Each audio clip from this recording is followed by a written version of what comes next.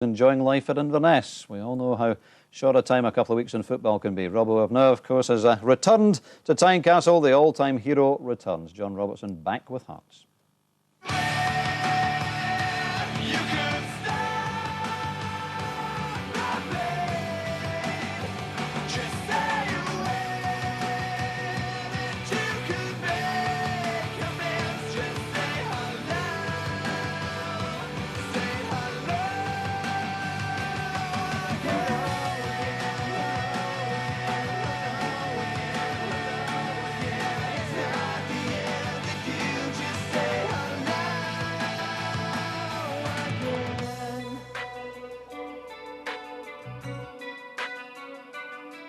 If you were at all fazed by what Craig's done, then it was a job you'd have left alone.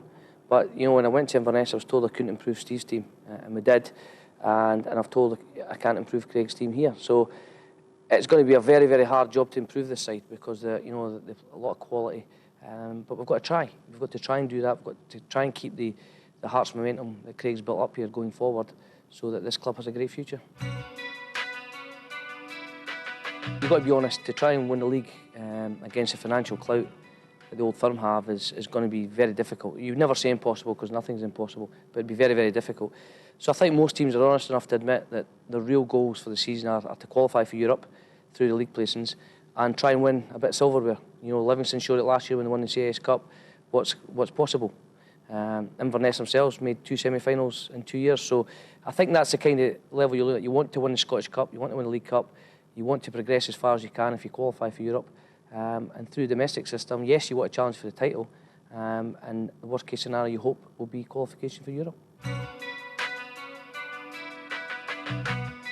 What happened as a player doesn't matter anymore. You know, you can ruin a nickname or a title from the fans by having a poor coaching career. But you have to, you know, Craig said it himself, you have to test yourself, you have to set yourself goals.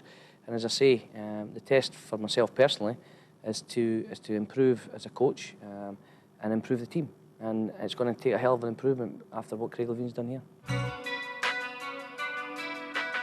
You want to keep your best players. Doesn't matter what club, what level you're at, you want to keep your best players. And I think honesty is the best policy. You know, we'll sit down shortly with the players out of contract and see what they feel. You know, if they want to stay at the club, you know, we've got magnificent training facilities here. We've got a great stadium, big support.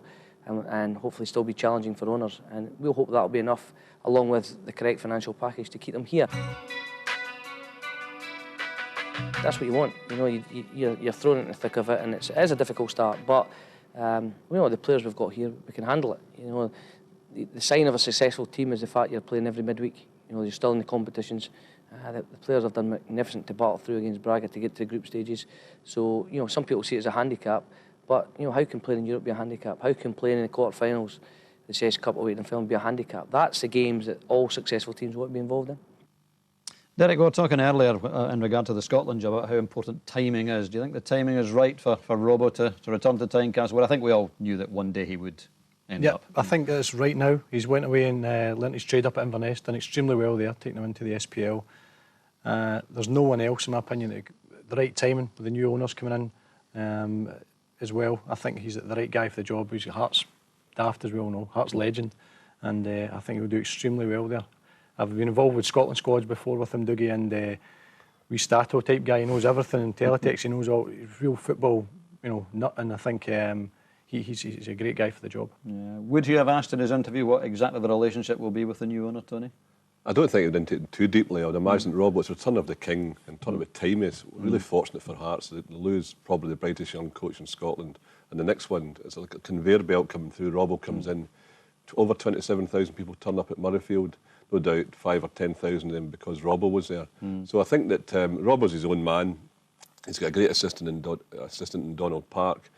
He knows the game very, very well, and it's really fortuitous for Hearts, I think, that he's stepped in at this opportunity. Timing is bang on, isn't it? We wish Robbo and Donald Park very